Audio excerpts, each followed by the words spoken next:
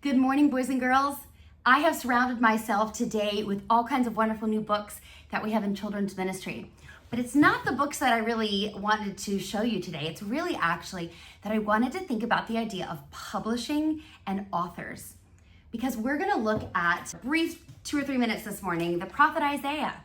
If you're joining us in Sunday school, we're also talking about him. He is a major prophet. And he prophesies during a time of kings where Israel is sinning against God, oppressing the poor, and worshiping idols.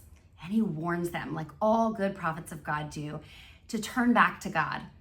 And he not only gives them the predicted judgment they're going to have, like the punishment by being taken over by other kingdoms, he also does something super unique.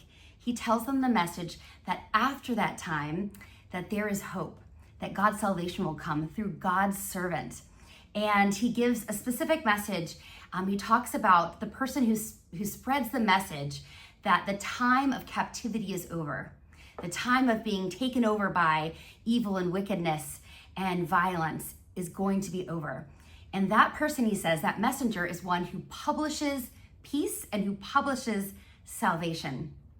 And when I think of publishing, I think of books, and I think of authors, and I think of waiting for the next sequel to come out or the next book that someone is going to write, and you just can't wait till it comes because you want to know what they're going to say. You want to know the end of a story. You want to know the message that it's going to hold.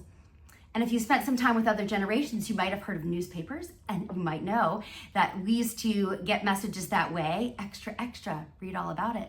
And that's how we knew what was going on. Today we have apps and we have websites that keep us updated on the whole. And do you know that when we put information on those apps and websites, we call it publishing. We publish that information. We give out. We announce that information. We tell your families when the next event is, or maybe your coach tells everybody when the soccer team tryouts are. And that's how you know what's going on. And Isaiah talks about someone who was going to publish peace and publish salvation. That the reign of King David's line would come and last forever. A kingdom that would be full of peace, no more violence, and a kingdom that would have God's salvation upon it.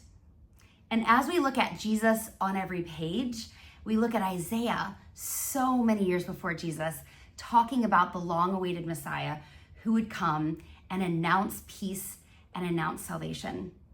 And we know that Christ is our peace and is our salvation, not only directly with our souls to God, but also that he is going to usher in a kingdom with no more violence and no more things to be sad about anymore.